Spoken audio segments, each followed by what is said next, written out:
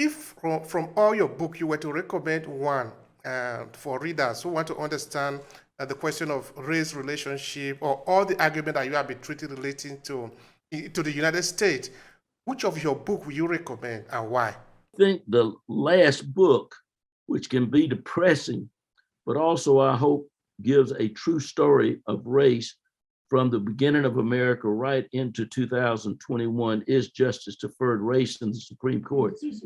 I do think it's easy to read. It's about people, not about the cases, and how people can and did make a difference, which should give us hope and inspiration.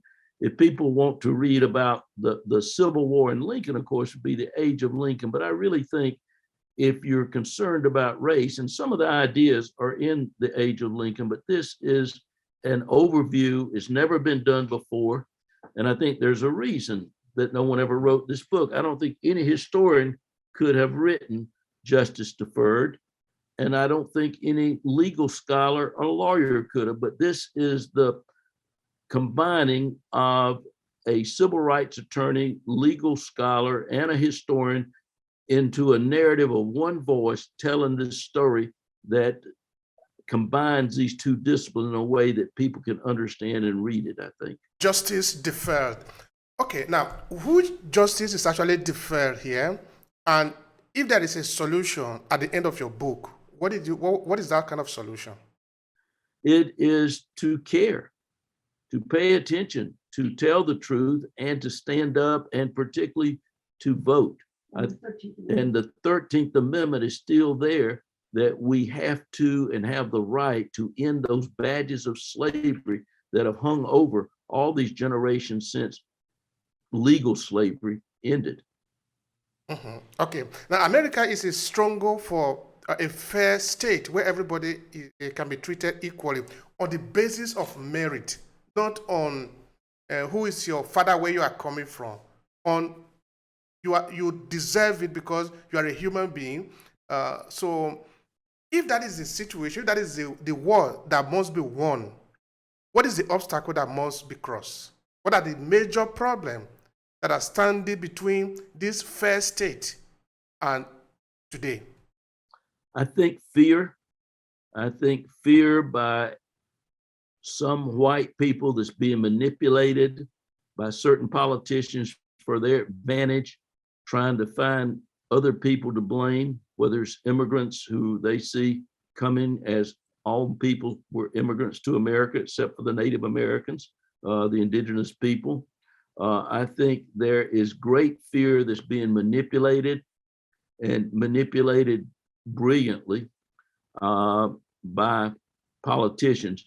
In fact, way back in 2016, I said that it looked like to me that Donald Trump was Pitchfork Ben Tillman, the first racial demagogue who got dressed up, dyed his hair orangish, and put a tie on that was too long and went to New York City, taking the same techniques that racial demagogues from the former Confederacy had used to disfranchise and segregate and put in those years of the Jim Crow laws in the South. And you could not underestimate how people can be manipulated that way, because when they feel aggrieved, when they feel that particularly in economic bad times, they look for someone to blame.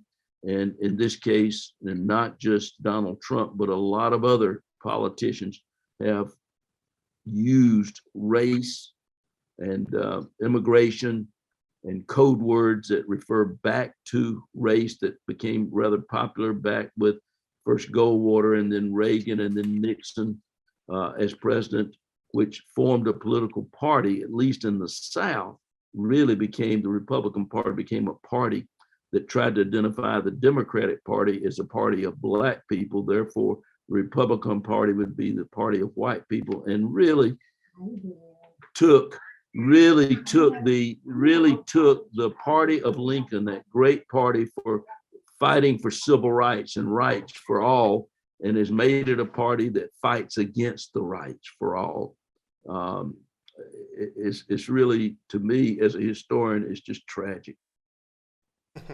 All right. Now, looking at the history of civil rights movement in the United States, and the people who have fought for equal right, for justice, for a fair state, I want to refer to that again.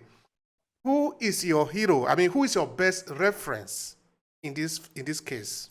Well, you can go all the way back from, I mean, from the beginning to someone like Thaddeus Stephen or Frederick Douglass or John Adams, the John Quincy Adams, who defended the Amistad. But you know, one of my favorite, I think, of all times, well, there's several, but Thurgood Marshall on the legal side, Martin Luther King, there's so many. I mean, that's what the civil rights movement was.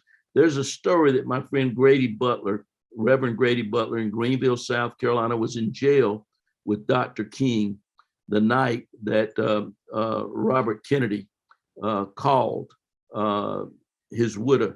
And King gathered, there were like 13 people in this cell. He said, boys, it was late at night. Some of them asleep. Said, come here, I got something to tell you. This brother of a senator called my wife, and this man might become president. This movement might become significant. And what that tells you is, you know, there were movements all over the place, but it wasn't a center. And so there were these, so many like King throughout. And that's one of the stories in Justice Deferred, showing what people did, just people who were determined to struggle to have a better world for their children, like Reverend Delane, who's in the book. It's really the case that became Brown v. Board out of Clarendon, South Carolina. Just poor people trying to get a fair education. In fact, it started out, all they wanted was gas for a bus. And whites who controlled the school board just wouldn't do it, even though they had school buses for white children, African Americans. Some had to walk 13 and 14 miles, the bus going right by them. So the African American community got their own bus and they just asked for gas for it.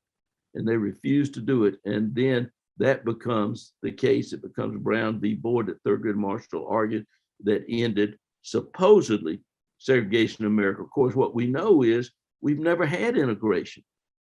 You know, we never got integration. We got the end of segregation, supposedly, but as you pointed out, people lived in segregated neighborhoods. I found in one court case I was doing, the governor of South Carolina, James Burns, who had been on the Supreme Court at one time and had been Secretary of State, incredible, called the Cardinal Richelieu of the Senate. And he said, if we do lose the case, we can always use residential segregation as a way to keep the schools segregated.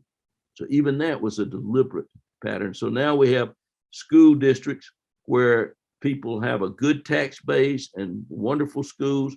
And then we have school districts where poor people live and they don't have those resources. They're under resource areas in schools. And that is a direct legacy of state deliberate action of discriminatory practices against minorities. This question, I think, is important for me. I don't know how you look at it, but anyway, this is it for you.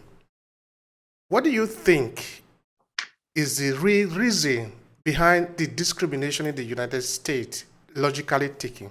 I think a lot of it's just ignorance, that people have been taught discrimination, that people have for years been taught, as I said, the law itself for 12 of the generations enshrined white privilege and made people think that way, or at least behave that way. If they didn't make them think that way, made them behave that way.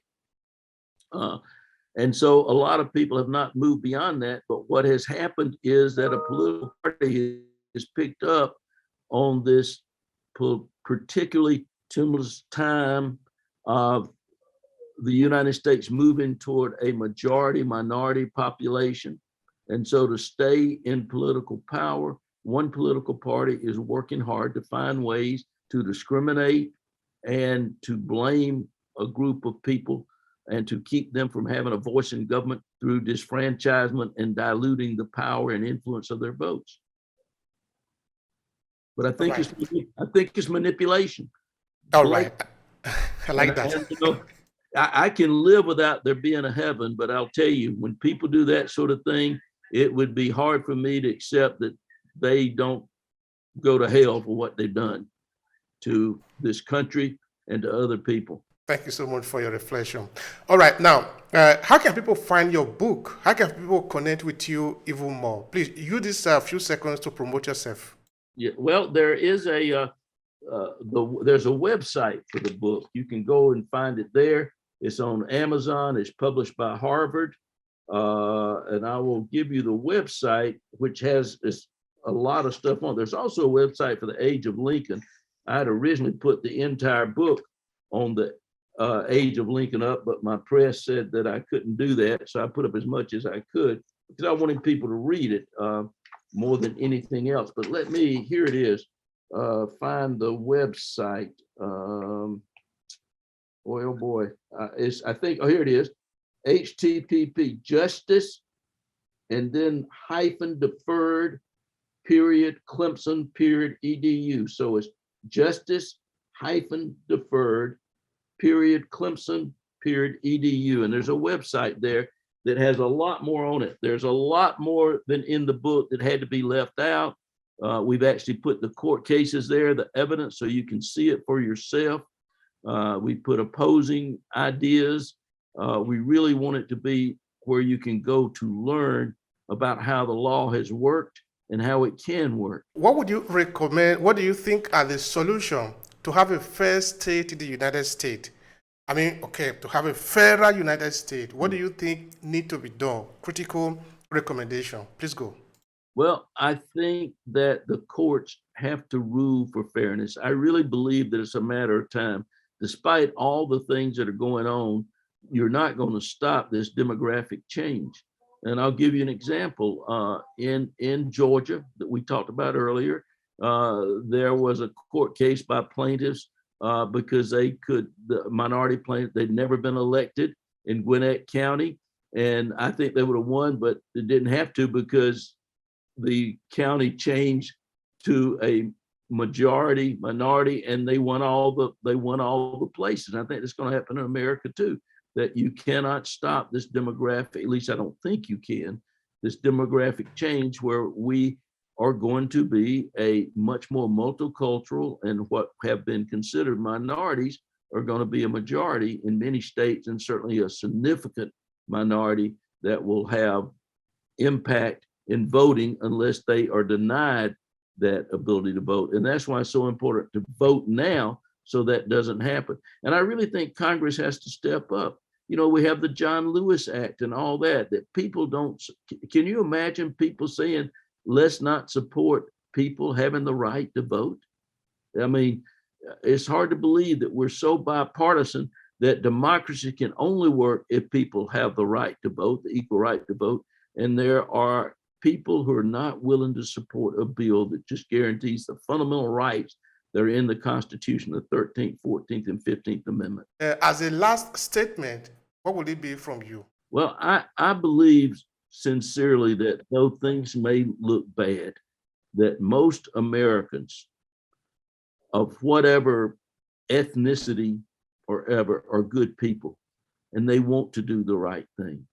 But we have, at least groups of people have manipulated them in ways that they themselves don't understand the truth. That on an individual level, they want to treat people equally, but they don't understand how these laws work to discriminate against other people.